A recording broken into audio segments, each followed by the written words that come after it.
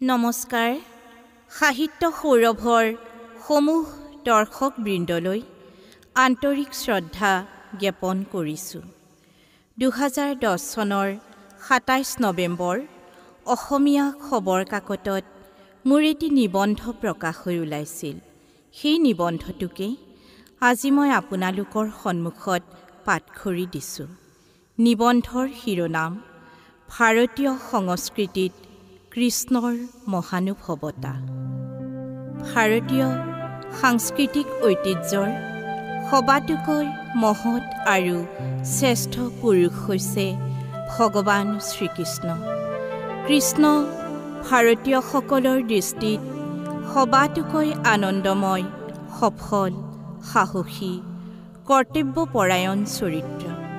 শ্ৰীকৃষ্ণ নিৰ্গুণ, তেওঁৰ ভকতিও নিষ্কাম। তেওঁ ভকতক সদায় অনুগ্ৰহ কৰি থাকে। নিৰ্মল অনুপ্ৰেৰণাৰে ভকতৰ হৃদয় আনন্দ সাগৰত পৰিণত কৰে। তেওঁ ৰস আৰু আনন্দৰ প্ৰতীক। ভকতৰ প্ৰাণৰ সৈতে তেওঁৰ প্ৰাণ একাত্ম।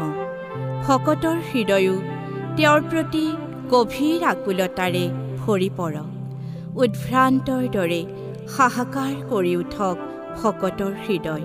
শ্ৰীকৃষ্ণৰো যেন এয়াই একান্ত গোপন বাঞ্ছা। নহ'লেনো অতি সহজ সৰল গোপৰ ৰমণীসকলৰ অন্তৰত মদন বিৰহ ঢালি তেওঁ থিতাতে অন্তৰ্ধান হয়নে? শৰৎ কালৰ দিব্য চন্দ্ৰাৱলী ৰাতি, জোনাকে ধুৱাই দিয়া বৃন্দাবনৰ শান্ত শীতল পৰিৱেশ আৰু যমুনা নদীৰ ৰূপোৱালী পানী, মন হৰিণীয়া, মনত তন্ময়তা জগাই তোলা এটা মনোমুগ্ধকৰ প্ৰাকৃতিক পৰিৱেশ। কিন্তু কৃষ্ণ ক'ত? এনেদৰে চলনা কৰি তেওঁ বাৰু কিয় ভাল পায়? সৰল গোপবালাৰ হৃদয়ে হাহাকাৰ কৰি উঠে। বৃন্দাবনৰ তৰু লতিকাৰ পৰা আৰম্ভ কৰি প্ৰকৃতিৰ জলৈকে তেওঁলোকৰ চকু গৈছে। প্ৰায় সকলোবিলাককে আকুল হৈ সুধিছে, ক'ত আছে তেওঁলোকৰ প্ৰাণবল্লভ ভগৱান শ্ৰীকৃষ্ণ? কৃষ্ণ অবিহনে তেওঁলোকৰ যে নিজা কোনো অস্তিত্ব নাই। প্ৰকৃতিৰ বুকুত এনেদৰে তেওঁলোকে বিচাৰি ফুৰিছিল কৃষ্ণৰ সম্ভেদ। মহাপুৰুষ শ্ৰীমন্ত শংকৰদেৱে কীৰ্তন ঘোষাত লিখিছে, কৈত পাইবো প্ৰাণ গোপাল আমি, হৰাইলো অৰুণ লোচন স্বামী। উচ্চ বৃক্ষ দেখি সোধে সাদৰি, শুনিও অশ্বখ বত পাকৰি। যাহন্তে দেখিলা নন্দ কুমাৰ, নেন্ত চুৰি কৰি চিত্ত আমাৰ। তেওঁ সকলো জানে, জানে সৰল পবিত্ৰ মনা গোপ ৰমণীসকলৰ প্ৰাণৰ কথা।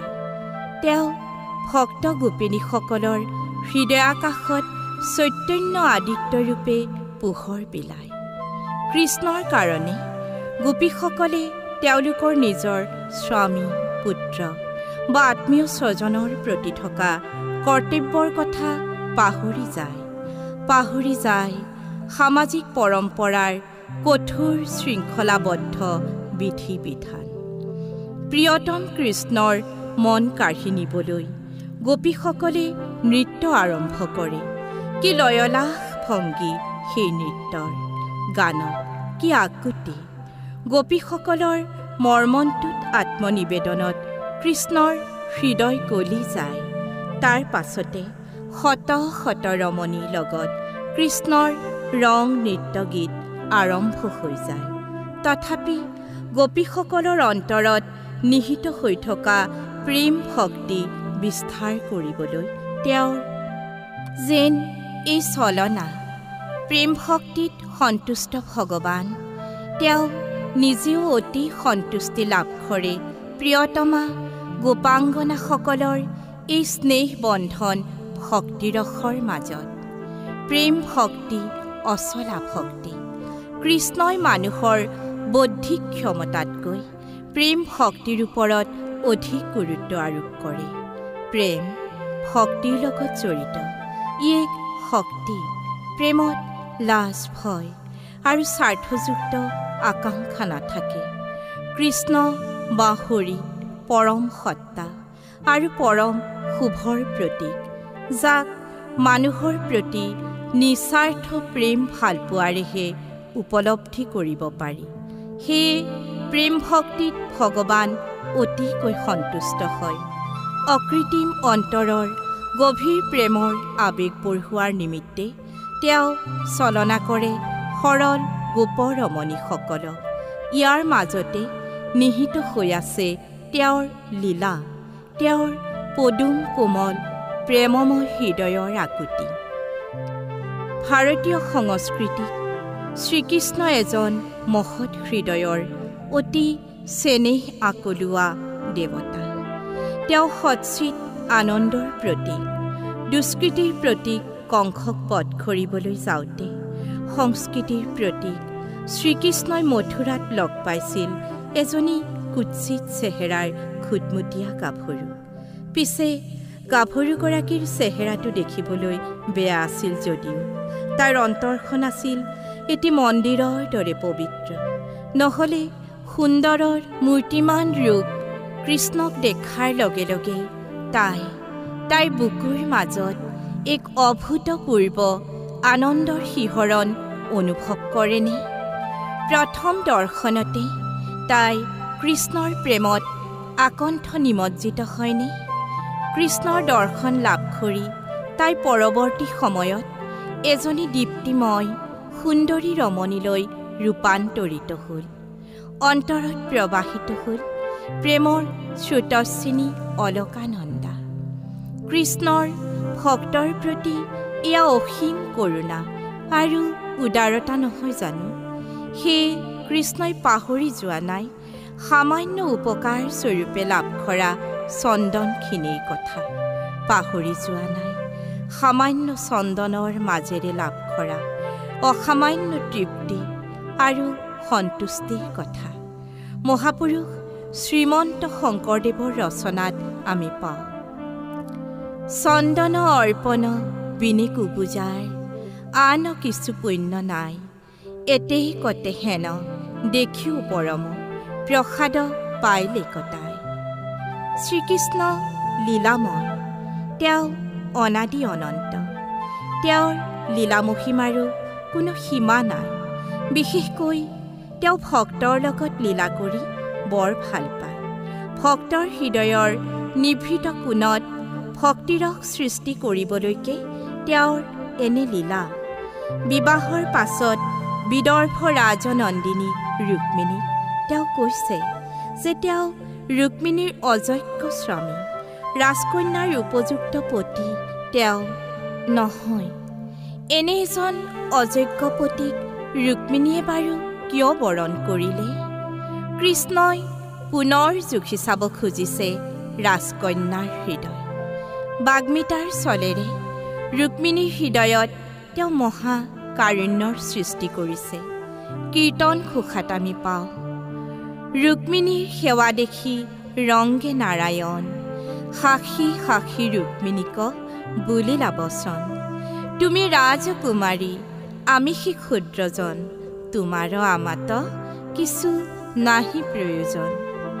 কৃষ্ণৰ নিৰাশাজনক কথা শুনি ৰুক্মিণী ভয়ত মূৰ্ছিত হৈ পৰিল। পুনৰ যেতিয়া জ্ঞান লাভ কৰি চেতনা ঘূৰাই পালে, তেতিয়া নয়নৰ লোটকৰে কৃষ্ণৰ চৰণযুগল তিয়াই ব্যাকুলভাৱে কান্দিবলৈ ধৰিলে। সুশীলা শুদ্ধ সি সুন্দৰী ৰমণীয়ে ভক্তি বিগলিত কণ্ঠস্বৰেৰে কৃষ্ণৰ গুণানুকীৰ্তন কৰিবলৈ ধৰিলে। নাই নাই, তেওঁৰ মনত কোনো ৰাজতনয়াৰ অহংকাৰ নাই। একেবাৰে নিশ্চ তেওঁ। শ্ৰীকৃষ্ণ অবিহনে তেওঁৰ কোনো নিজা অস্তিত্ব নাই। কৃষ্ণই তেওঁৰ জীৱনৰ আশা, স্বপ্ন, পোহৰ সমস্ত। কৃষ্ণৰ চৰণ ব্যতিৰেকে তেওঁৰ গত্যান্তৰ নাই। কৃষ্ণই তেওঁৰ সমগ্ৰ সত্তা আচ্ছন্ন কৰি ৰাখিছে। এৰা কৃষ্ণৰ পাদপদ্মই ভকতৰ একমাত্ৰ আশ্ৰয়। ভগৱান শ্ৰীকৃষ্ণই তেওঁৰ অমৃতময় বাণীৰে প্ৰাণ সমপ্ৰিয়া ৰুক্মিণীক আশ্বাসিত কৰিলে, প্ৰাণৰ সমস্ত সংশয় মোচন কৰিলে। তেওঁ ৰুক্মিণীক এইখিনি যে চলনা কৰিলে, তাৰ কাৰণো সেই একেটাই, অন্তৰত প্ৰেম ভকতি জাগ্ৰত কৰা। বৈষ্ণৱ কবি মহাপুৰুষ শ্ৰীমন্ত শংকৰদেৱ আৰু শ্ৰী মাধৱদেৱ আদি মহাপুৰুষসকলৰ ৰচনাত ভগৱান শ্ৰীকৃষ্ণৰ মহানুভৱতাৰ কথা অতি সুন্দৰ ৰূপত চিত্ৰায়িত হোৱা দেখা যায়। তেৰাসৱৰ লিখনিত শ্ৰীকৃষ্ণৰ চৰিত্ৰ অতি উদাৰ আৰু নিৰ্মল ৰূপত প্ৰতিফলিত হৈছে। মহাপুৰুষ শ্ৰীমন্ত শংকৰদেৱ বিৰচিত কীৰ্তন ঘোষাৰ ৰাসক্ৰিয়া, কুজিৰ বাঞ্ছা পূৰণ আদি প্ৰায় প্ৰতিটো পৃষ্ঠাতে শ্ৰীকৃষ্ণৰ মহত্বৰ প্ৰতিফলন ঘটা দেখা যায়। ৰাসক্ৰিয়াৰ গোপীসকল আৰু মথুৰাৰ কংসৰজাৰ দাসী কুজি, এই নাৰীসকলে কোনো জ্ঞান বিজ্ঞান অথবা বিদ্যা বুদ্ধিৰ দ্বাৰা কৃষ্ণক লাভ কৰিবলৈ সক্ষম হোৱা নাছিল। তেওঁলোকৰ হৃদয়ত এটা শক্তিয়ে অবিনশ্বৰ ৰূপত ক্ৰিয়া কৰি আছিল, আৰু সেইটো হৈছে যদুপতি কৃষ্ণৰ প্ৰতি থকা তেওঁলোকৰ অচলা প্ৰেম ভক্তি। এই ভক্তিত ভগৱান ভকতৰ নিজে বশ্য হোৱাৰ লগতে ভকতক পৰম দুৰ্লভ মুখ্য সুখ প্ৰদান কৰে। কিন্তু ৰসময়ী ভকতিৰ, নিষ্কাম ভকতৰ সেয়া ঈপ্সিত লক্ষ্য নহয়। ৰসময়ী ভকতিৰ নিষ্কাম ভকতে চিৰদিন শ্ৰীকৃষ্ণৰ চৰণৰ মধু পান কৰি পৰমানন্দৰ আনন্দ সমুদ্ৰত একান্তভাৱে মগ্ন হৈ থাকিবহে বিচাৰে।